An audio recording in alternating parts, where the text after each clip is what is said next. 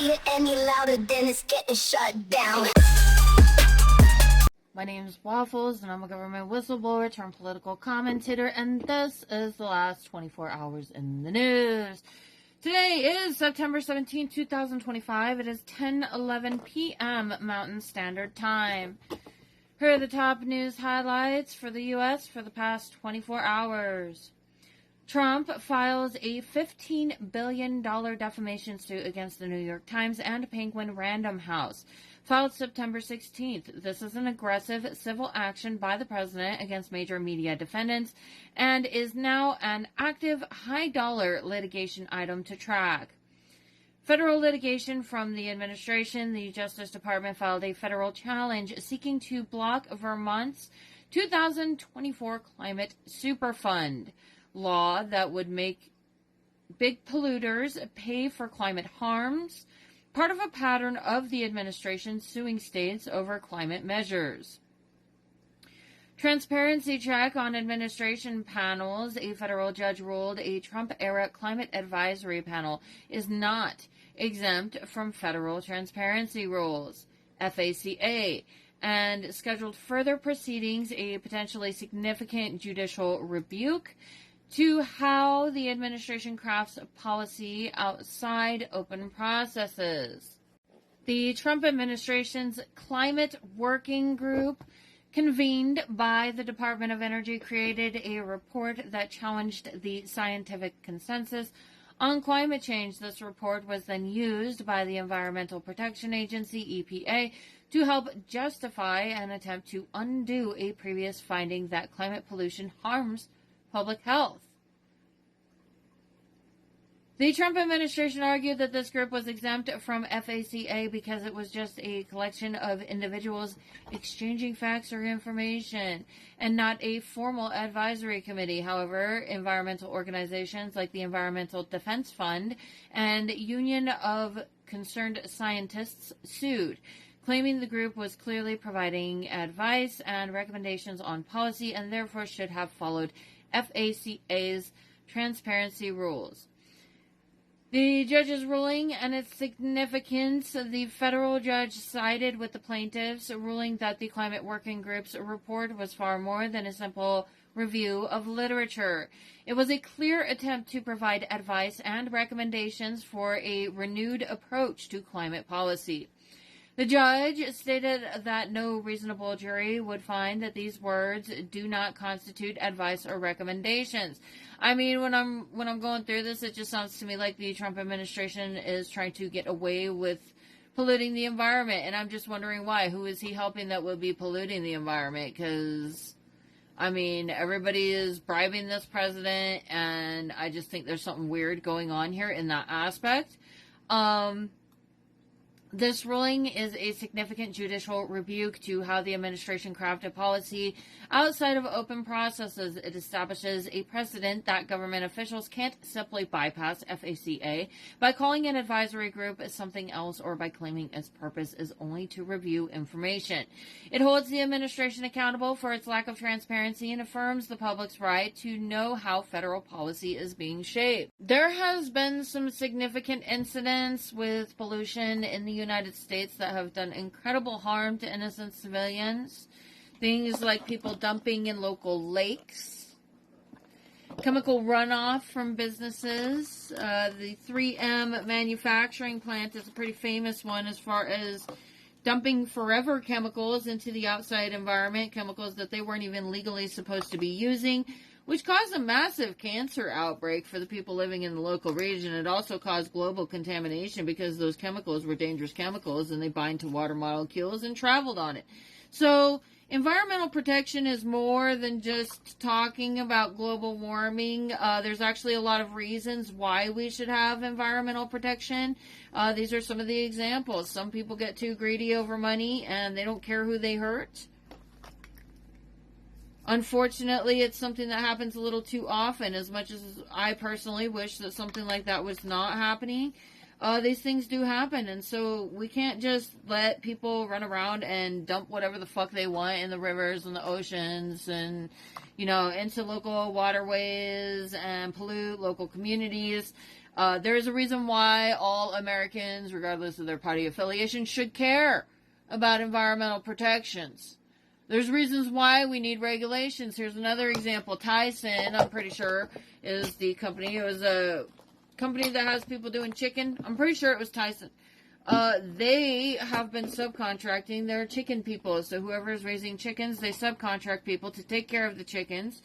And so the people who are raising the chickens have had issues with runoff from the poop from the chickens, which has had a major negative impact on the town's local waterways. There's a whole documentary about it.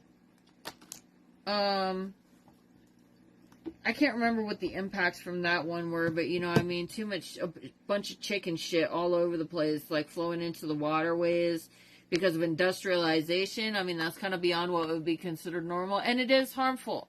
So I'm just making the argument that yes, there is reasons why we need environmental protections, and no, it's not just global warming. For those of you who do not understand this, don't buy into this administration's bullshit, because it looks to me like they're trying to find ways to get away with poisoning you. Federal military National Guard mobilizations inside of U.S. borders. President Trump has ordered National Guard deployments to Memphis as part of a crime task force approach. This follows earlier large federal deployments, National Guard plus Marines, to cities such as Los Angeles and Washington, D.C. The move has drawn pushback from local elected officials and civil liberties groups and prompted discussion of legal challenges. Courtroom friction around the enforcement surge. Judges have flagged problems with the administration's fast move enforcement surge in D.C. One judge noted prosecutors dropped or refused indictments in a number of recent cases arising from that surge, raising questions about investigative quality and due process. Civil liberties advocacy and legal responses. The ACLU and allied organizations continue to condemn and litigate federal deployments and tactics. Unions and public institutions are also suing the administration over coercive or punitive policy moves. For example, alleged coercive use of civil rights law and grant cancellations. Expect continued litigation and injunctions. Executive and administrative rollbacks continue. The administration is actively pursuing legal and regulatory pathways to undo climate-era rules, e.g. moves to overturn the 2009 EPA endangerment finding and to block state climate liability laws. These shifts carry material risk to public health and environment protections, and to communities facing climate damages. Congressional and state-level counters. There are active bills and hearings, e.g. limiting Emergency Powers Act language circulating in Congress. And state attorneys general continuing litigation. Watch both federal rulemaking and pending lawsuits for immediate impacts on service delivery and civil protections. Consumer and Infrastructure Watch. Elevated cyber risk to critical infrastructure remains near-term threat. Multiple trackers and cybersecurity outlets report a continuing surge in attacks on utilities, water systems, and healthcare providers. Compounded by budget and staffing constraints at federal cyber agencies, there were no confirmed single-day nationwide infrastructure failures in the past 24 hours, but the trend of high-impact incidents this year keeps utilities and hospitals in watch status. Practical effect. Utilities and rural hospitals remain especially vulnerable to ransomware and operational disruptions. Regulators and private operators are under pressure to accelerate patches, segmentation, and incident response investments. CDC Advisory Committee on Immunization Practices, ACIP, is meeting under unusual political scrutiny this week.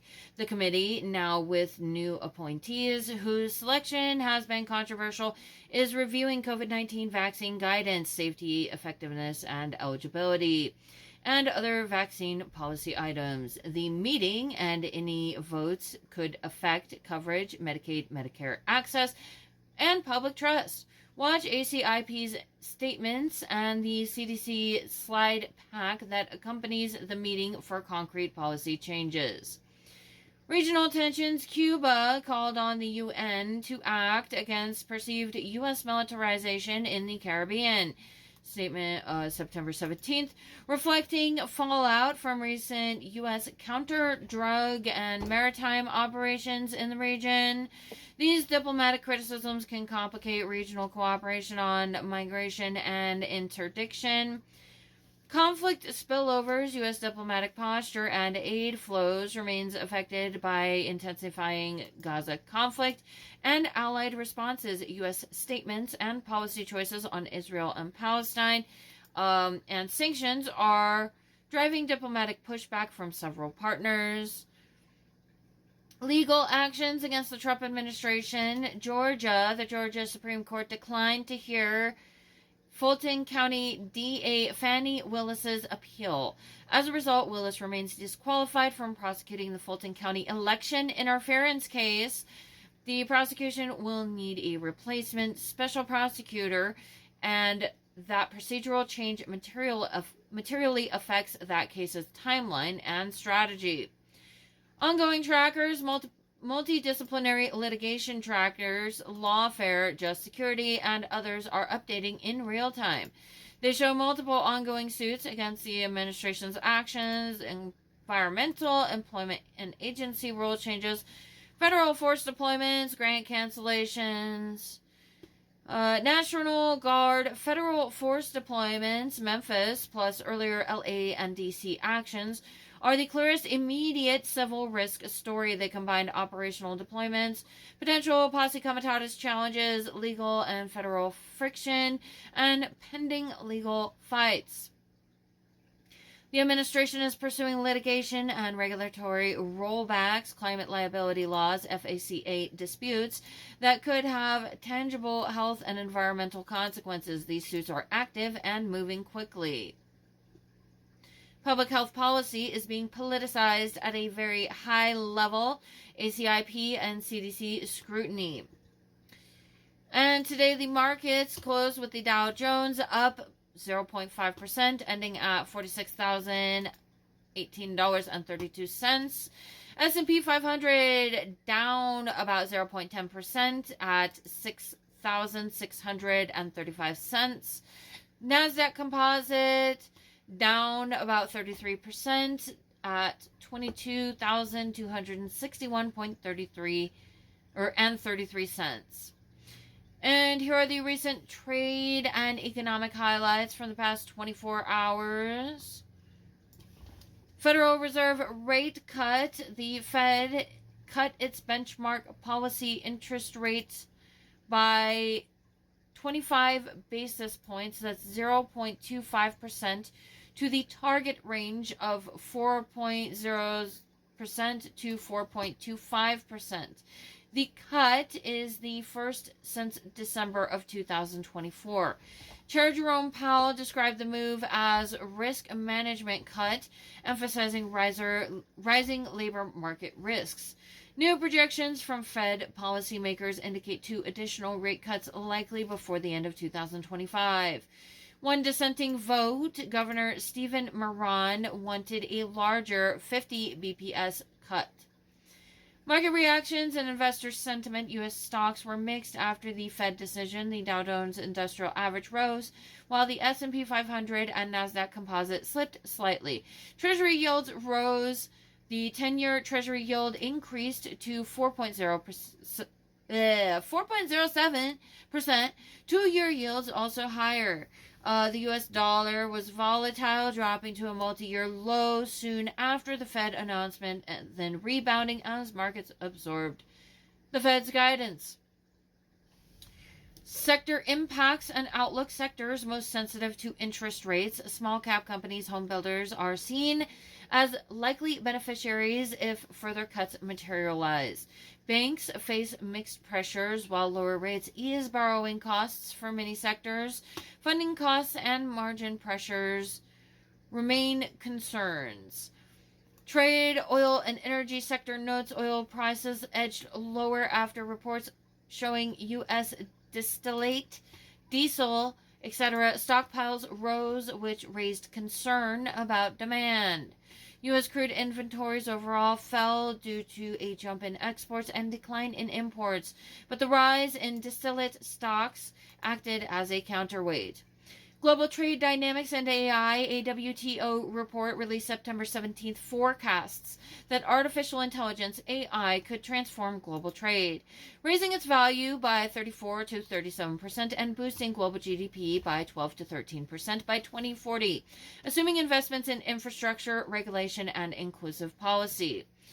The report emphasizes that low-income countries could get up to 11% export growth via AI, especially with improvements in digital infrastructure, but warns that inequalities could widen without strong support mechanisms. And remember, kids, the stock market is not the economy. Just because the S&P 500 or Dow Jones might be performing does not mean that wages are growing, jobs are secure, people are thriving, or that inflation is under control. And here's our hazardous weather outlook for the next few days. Plains and Midwest, scattered thunderstorms continue with the best chance for strong storms tomorrow from Iowa down through Oklahoma. Main threats are gusty winds and some hail. By Friday, storms become weaker and more isolated. Southwest and Southern California, moisture from tropical remnants is moving in. Expect showers and thunderstorms with a risk of flash flooding, especially in Southern California, Arizona, and Nevada. This risk peaks Thursday and lingers into Friday. Mountain West, Colorado, Utah, and Rockies, isolated thunderstorms today may bring gusty winds, hail, and heavy rain. Conditions turn quieter on Thursday, but moisture returns late in the week, bringing some storm chances back on Friday. Mississippi Valley and eastern U.S. heavy rain and thunderstorms remain possible through Friday, especially in parts of the Mississippi Valley. Localized flooding is the main concern. Severe weather risk is low, but storms could be slow-moving and produce downpours. Flash flooding risk is highest in the southwest over the next 3 days. Strongest thunderstorm potential is in the central plains and Midwest tomorrow. Eastern U.S. mostly faces rain and localized flooding rather than severe storms. U.S.-China TikTok ownership deal. The U.S. and China have agreed on a framework to transfer TikTok to U.S. ownership. This includes reviewing technology exports and IP licensing tied to the app. A call between President Trump and President Xi Jinping is expected Friday to finalize details. China has called the deal a win-win in an official commentary and is preparing legal and regulatory reviews related to the transfer. China and U.S. NVIDIA chips restrictions. China's internet regulator has instructed domestic tech firms, e.g. ByteDance, Alibaba, to stop buying certain AI chips from NVIDIA and to cancel existing orders. NVIDIA's CEO Jensen Huang said the situation reflects larger agendas between the U.S. and China and that the company is being caught between political/regulatory tensions. China's security diplomacy. China is preparing to host its annual Xiangshan Forum. I hope I'm pronouncing that right. Bringing in 1,800 representatives from about 100 countries. This forum is seen as part of China's effort to diplomatically assert itself amid regional tensions and critique of Western influence or hegemonism. Hegemonism. Hegemonism. Hegemonism.